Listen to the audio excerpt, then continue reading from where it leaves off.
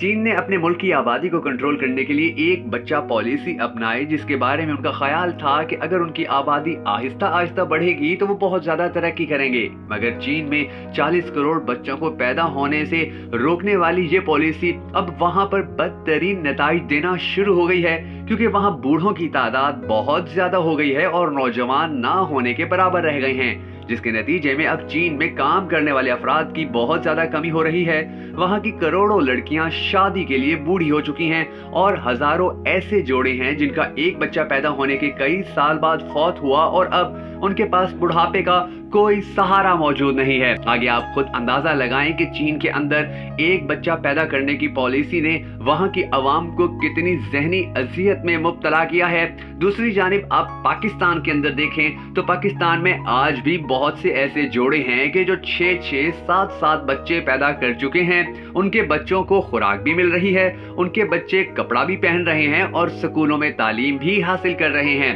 اس کی وجہ صرف یہ ہے کہ پاکستان کی عوام اللہ پر بھروسہ کرتی ہے، جبکہ چین کی عوام نے اپنی حکومت پر بھروسہ کیا تھا اور ان کے احکامات پر عمل درآمد کرتے ہوئے انہوں نے یہ سوچا کہ اس طرح ان کی زندگی بھی سکون میں گزر جائے گی اور ان کی حکومت کے احکامات بھی پورے کر لیے جائیں گے۔ مگر وہ نہیں جانتے تھے کہ آنے والا وقت اس ملک کے لیے کتنا زیادہ خطرناک ہو سکتا ہے۔ اب چین کے اندر اگر آپ غور کریں تو وہاں ہر جگہ آپ کو بوڑھے ہی بوڑھے نظر آئیں گے یا پھر چھوٹے بچے۔ وہاں پر نوجوان لڑکے اور لڑکیاں اتنی تیزی سے کم ہوتے چلے جا رہے ہیں کہ چین کو اب باقاعدہ طور پر کام کرنے کے لیے دوسرے ممالک سے لوگ اور ہنر مند منگوانے پڑ رہے ہیں، ورنہ تو چین کے اندر اتنے زیادہ لوگ ٹیلنٹڈ تھے کہ انہیں باہر سے لوگ منگوانے کی ضرورت ہی نہیں پڑتی تھی۔ مگر جب انہوں نے قدرت کے نظام کے اندر ٹانگ اڑانے کی کوشش کی، جب انہوں نے بچوں کی شرح پیدائش کو کم کرنا شروع کیا، تو پھر ایک فطری نظام جو اللہ تبارک و تعالیٰ کی جانب سے چل رہا ہے